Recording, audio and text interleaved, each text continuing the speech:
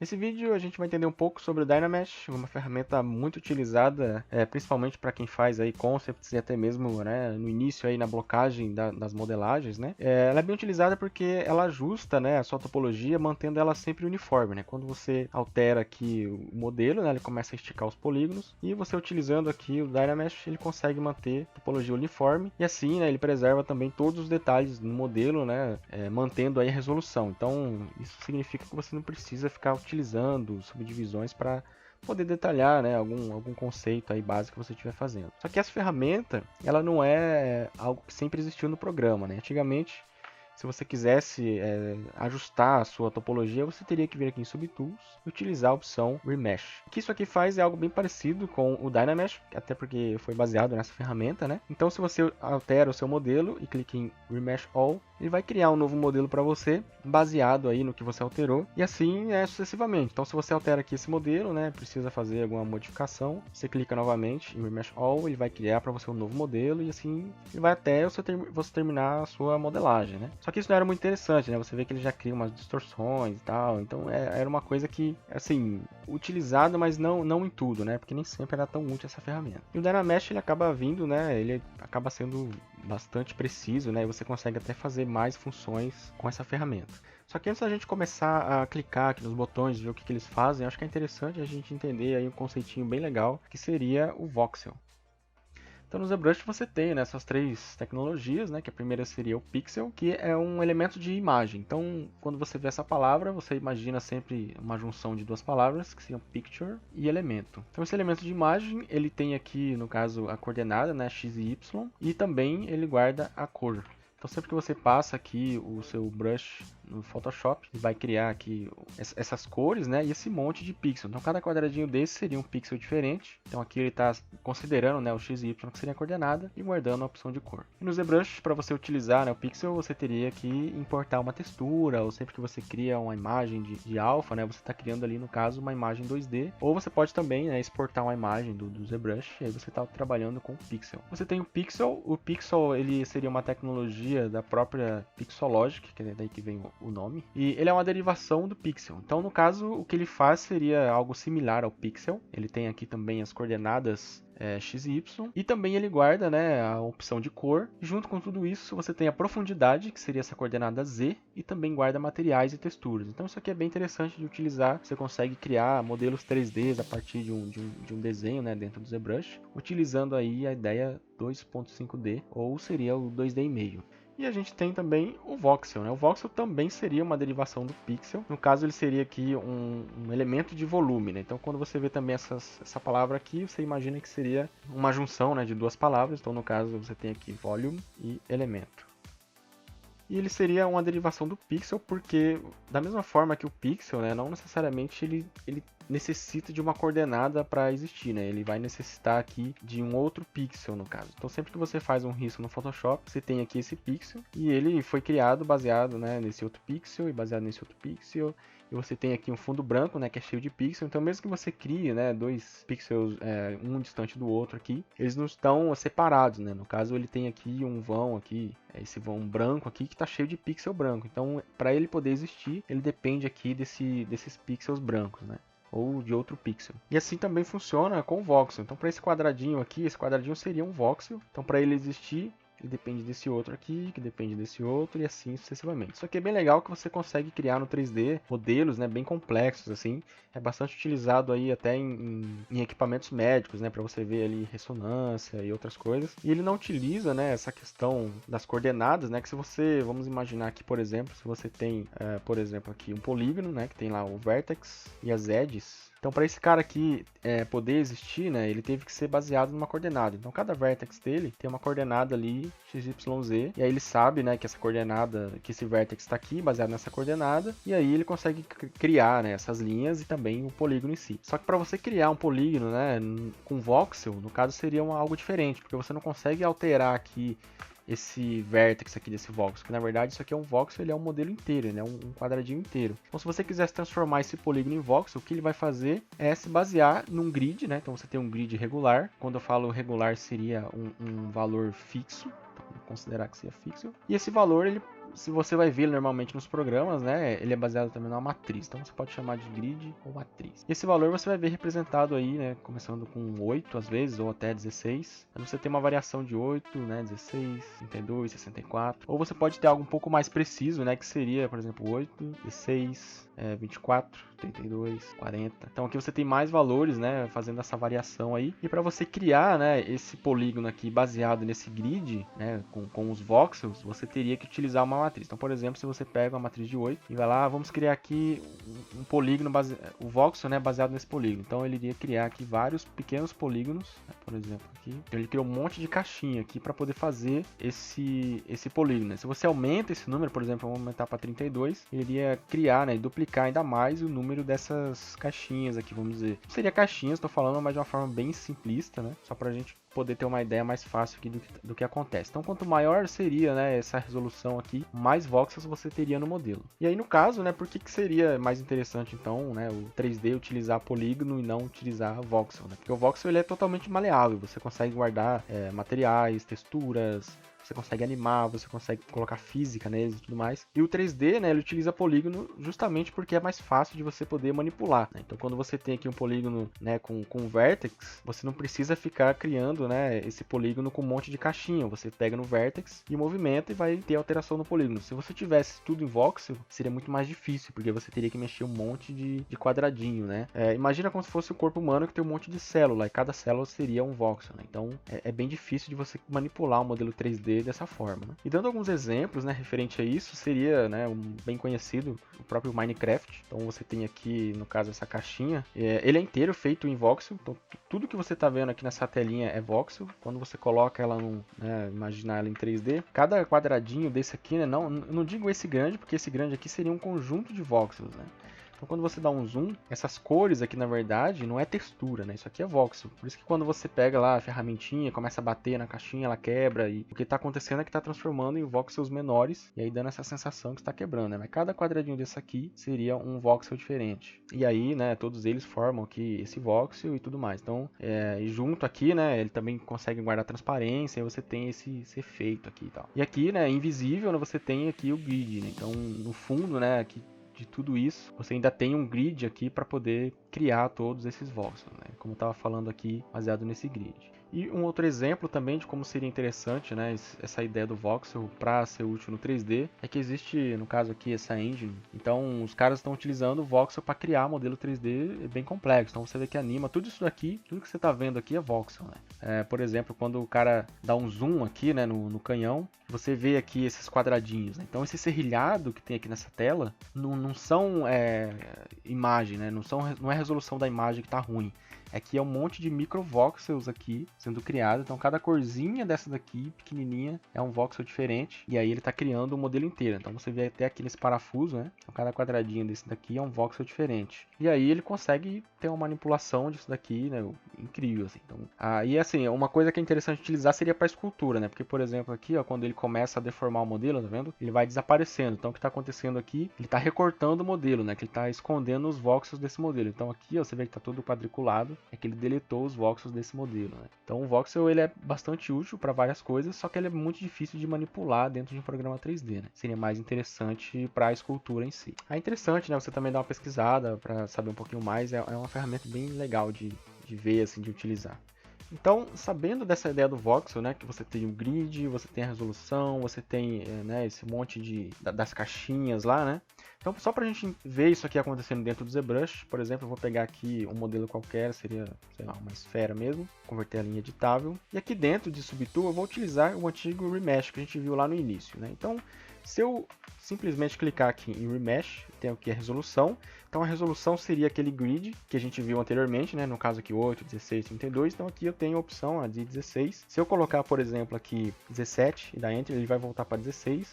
Se eu colocar 20, ele vai voltar para 16. Se eu colocar 25, ele vai para 32. Então, a resolução disso é sempre baseada num grid, né? Não importa o número que você coloque, ele sempre vai manter o número desse grid, né? Vai se aproximar desse número do grid. Então, por exemplo, aqui vou utilizar um número bem baixo, pode ser 32 mesmo. Vou retirar o polish e vou dar um remesh all. Então aqui ele criou um novo modelo para mim. Aqui você vê essa questão do voxel, né? Então o que ele faz, né, na verdade, quando ele cria esse remesh, é baseado aqui nesse grid que eu criei, né, ali na resolução desse grid aqui. Ele criou aqui vários polígonos para mim e foi criando, né, os polígonos nessa esfera até formar essa malha aqui. Então você vê que aqui tem um monte de quadradinho. Isso aqui seria uma criação baseada em voxel. Só que essa criação ela é apenas baseada, né? Ela não é assim o voxel em si, porque aqui ó, você ainda consegue mexer os vértices. Então isso aqui seria polígono, só que a criação desse polígono foi baseada em voxel. E assim também funciona com o Dynamesh. Então quando você tem o Dynamesh aqui ativo, você pode colocar uma resolução baixa também. Mesmo que você retire o blur, ele vai criar aqui com um pequeno smooth, né, nas bordas. Tem algumas áreas aqui deformadas, principalmente se você coloca uma resolução mais baixa. Então ele vai sempre dar um smooth. Só que na verdade a criação dele é baseada em voxel. Então é por isso que você tem um modelo sempre com um monte de quadradinho. E mesmo que você puxe aqui o modelo e crie novamente, você percebe que ele está fazendo isso baseado num grid. Ó. Então mesmo que o modelo esteja torto, você não vai ver a topologia, né, curvando, né? Você vai ver sempre a topologia sendo criada baseada nesse grid aqui. Agora, por que é importante também, né, a gente entender sobre esse grid? Porque isso aqui ele influencia no tamanho do seu modelo, né, a resolução. O que seria isso? Por exemplo, eu tenho aqui essa caixinha, ela é uma caixinha padrão, né, no tamanho do ZBrush, não alterei a escala dela. Quando eu digo alterar a escala, não é o zoom, e sim o tamanho mesmo da caixinha aqui com o pivô transpose, né? Então, por exemplo, vamos colocar aqui uma ideia de 16 de resolução e vou mandar calcular o Dynamesh. Então ele criou aqui, vou tirar uma cópia dessa caixinha com o Shift S para o lado, dar um Ctrl Z para voltar. E agora eu vou manter a resolução de 16 que a gente criou antes, só que agora eu vou diminuir essa caixinha. Então, utilizando o Transpose, eu vou alterar a escala dela aqui, deixar menor, e vou calcular novamente aqui com 16. Então você percebe que mesmo a caixinha estando menor, né, do que a anterior, ele manteve a resolução. É por isso que eu disse antes que aquele grid, né, aquela matriz que a gente viu lá no início, ela é fixa. Então mesmo que você tenha um modelo com um tamanho diferente, a matriz sempre vai ser a mesma. Aí eu vou tirar mais uma cópia desse cara, vou dar um Ctrl Z para voltar aqui e vou aumentar novamente a minha caixinha. Então agora eu vou aumentar ela para algo muito maior. E quando eu mandar calcular em 16, então mesmo com a caixinha, né, muito grande, aqui ele se manteve, né, num tamanho bem proporcional ao anterior. Então essa matriz ela é sempre fixa, o que pode alterar às vezes é o tamanho do seu modelo.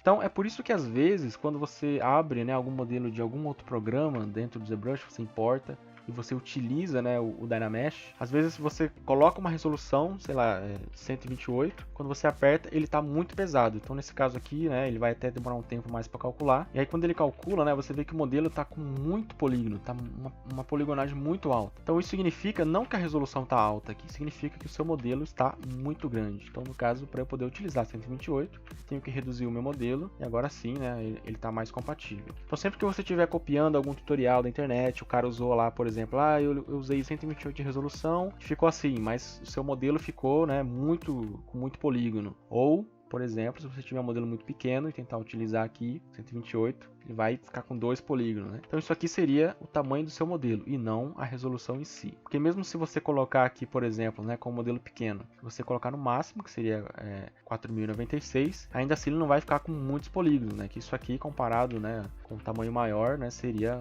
uma quantidade de polígono muito grande. Então é por isso que é importante, né, você entender um pouquinho sobre o voxel para você saber referente a esse grid que é fixo. E aí você tem que ficar sempre atento, né, com o tamanho do seu modelo e a resolução do objeto.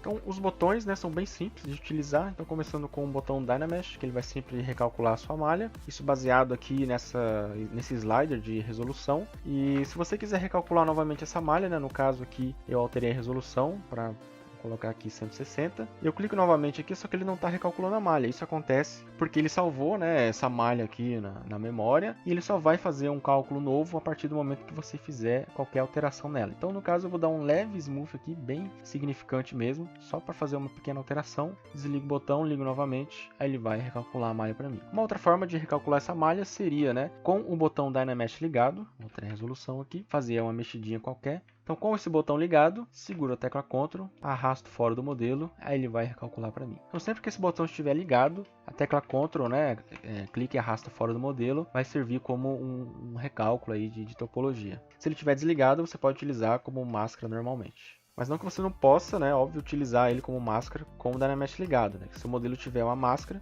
você clica e arrasta fora, ele limpa a máscara, clica e arrasta de novo, aí ele vai recalcular a malha para você. Esse próximo botão, que seria Groups, ele serve para você conseguir manter, né, os poligrupos aí do seu modelo.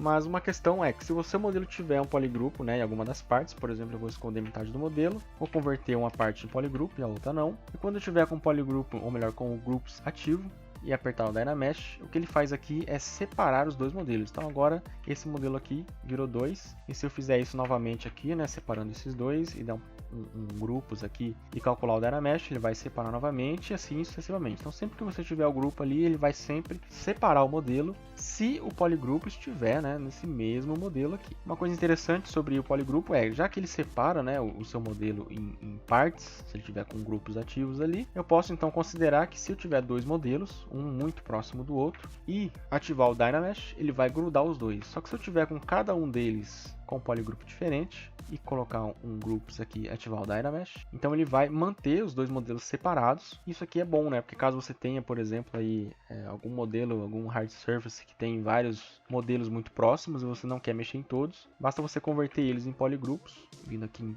Groups, Autogroups e agora em Geometry, Dynamesh, ele vai sempre manter aqui os polygroups separados. Se você retirar a opção Group, ele vai juntar todo mundo e vai manter, né, o polygroup ali, vai tentar pelo menos seguir a topologia com esse polygroupo.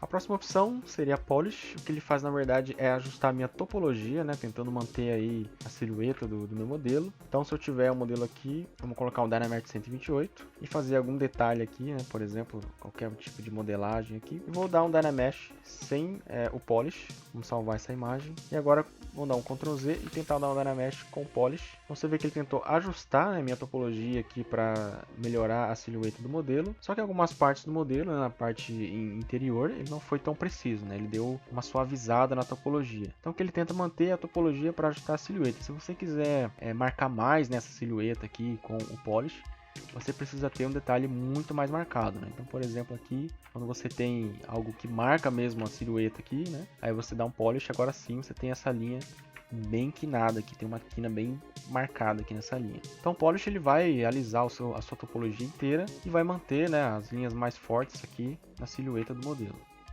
A próxima opção seria Blur, isso vai interferir na forma como ele vai criar, né, a sua topologia. Então se você tem um Blur aqui, no padrão ele sempre vai vir 2, né, se você tem um leve Smooth aqui nas bordas. Se você aumenta isso para o máximo, ele vai deixar as bordas mais suaves. Né? Então basicamente é um Blur aí baseado na sua topologia. E essa bolinha aqui, ela serve para manter, né, a silhueta do modelo ou para ignorar a silhueta do modelo. Então isso aqui ele vai tentar preservar o máximo que der, ou ele vai realmente ignorar. Então sem o Blur aqui, no máximo, ele fez aqui uma topologia bem lisona, né, bem lisa. E se eu deixar a bolinha aqui ativa e eu deixar no máximo, você viu que ele tentou manter a minha topologia agora mais precisa com as bordas do modelo. Então o Blur ele tem uma diferença aí com a bolinha ligada e com essa bolinha aqui desligada. O Project ele vai projetar a superfície, né, da sua malha nova com a malha antiga. Isso aqui é interessante quando você não quer perder detalhes, né? Então sempre que você tiver, por exemplo, aqui numa malha um pouco mais baixa, você fizer, né, algum tipo de escultura, quando você subir um pouquinho mais aqui, né, e der um project, ou melhor, e der um Dynamesh sem o project, né, você vai ver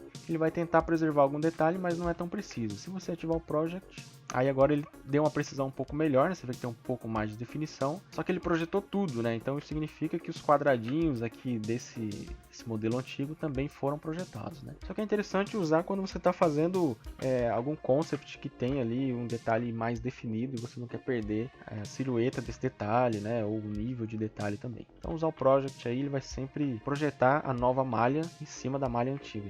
Aqui abaixo você tem dois sliders, né, que seria o de resolução e esse subprojection. O de resolução a gente já viu anteriormente. E o subprojection ele vai sempre tentar colocar mais polígonos na sua malha quando o project estiver ligado. E para que isso serve? Eu tenho aqui, no caso, esse polígono, ele tem uma quina, né, bem marcada aqui. Então quando eu dou um Dynamesh normal, ele vai apenas colocar aqui alguns polígonos, né, e tentar manter a silhueta ali. Se eu ativar o projection e deixar aqui, né, vou deixar em 0.6 mesmo, e agora eu vou fazer aqui calcular novamente. Vou até voltar aqui na malha anterior. Então agora eu calculo novamente com o Project ligado. Você vê que ele tentou, né, adicionar mais polígonos aqui na borda para deixar a borda mais precisa, né? Então você vê que antes ela estava um pouco arredondada e agora ela tem mais polígonos, né, ficar mais precisa. Isso aqui também serve na hora que você estiver modelando, né? Então vamos colocar aqui um Dynamesh um pouco mais alto. E aí se você tem algum detalhe aqui, você deixa o Project ligado, né? Vamos colocar agora aqui em 1 essa subprojeção e vamos calcular novamente. Então agora ele adicionou, tá vendo, mais polígonos aqui para tentar manter essa silhueta. Então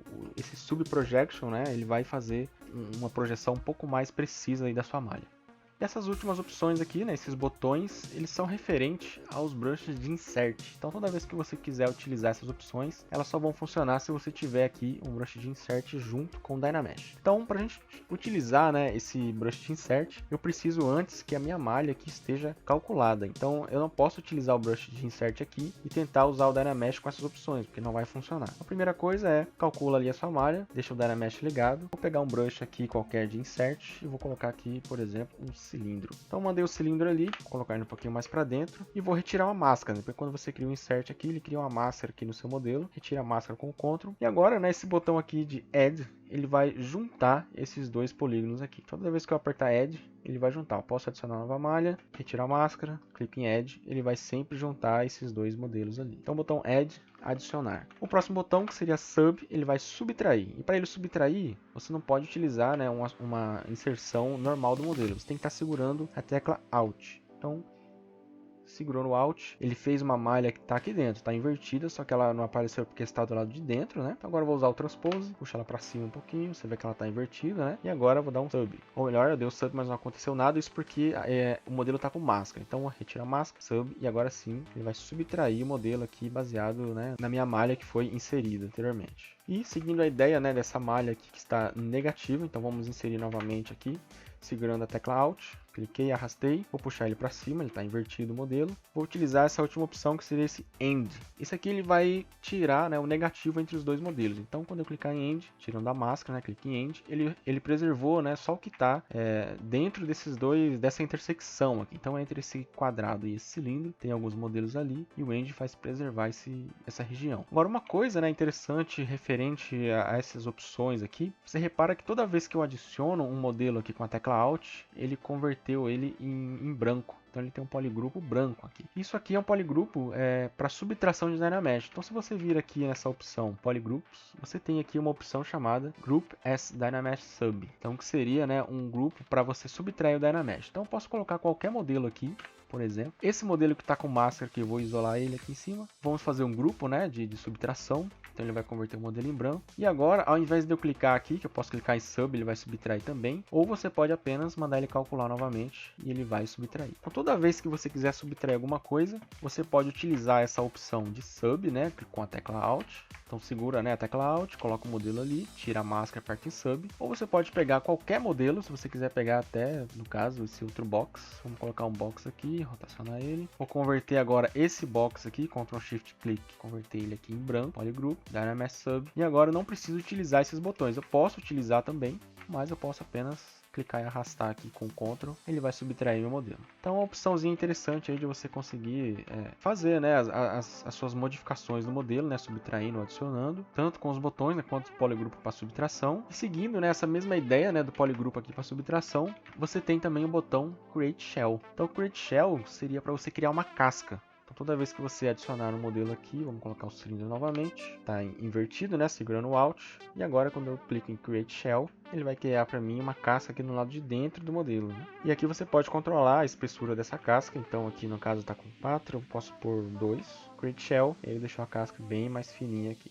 Isso aqui é legal quando você estiver mexendo com impressão 3D, você pode criar uma espessura aí na sua peça. Isso funciona com qualquer coisa, se você tiver um rosto aqui e colocar, né, essa opção aqui, negativo, e agora Create Shell ele vai criar para você.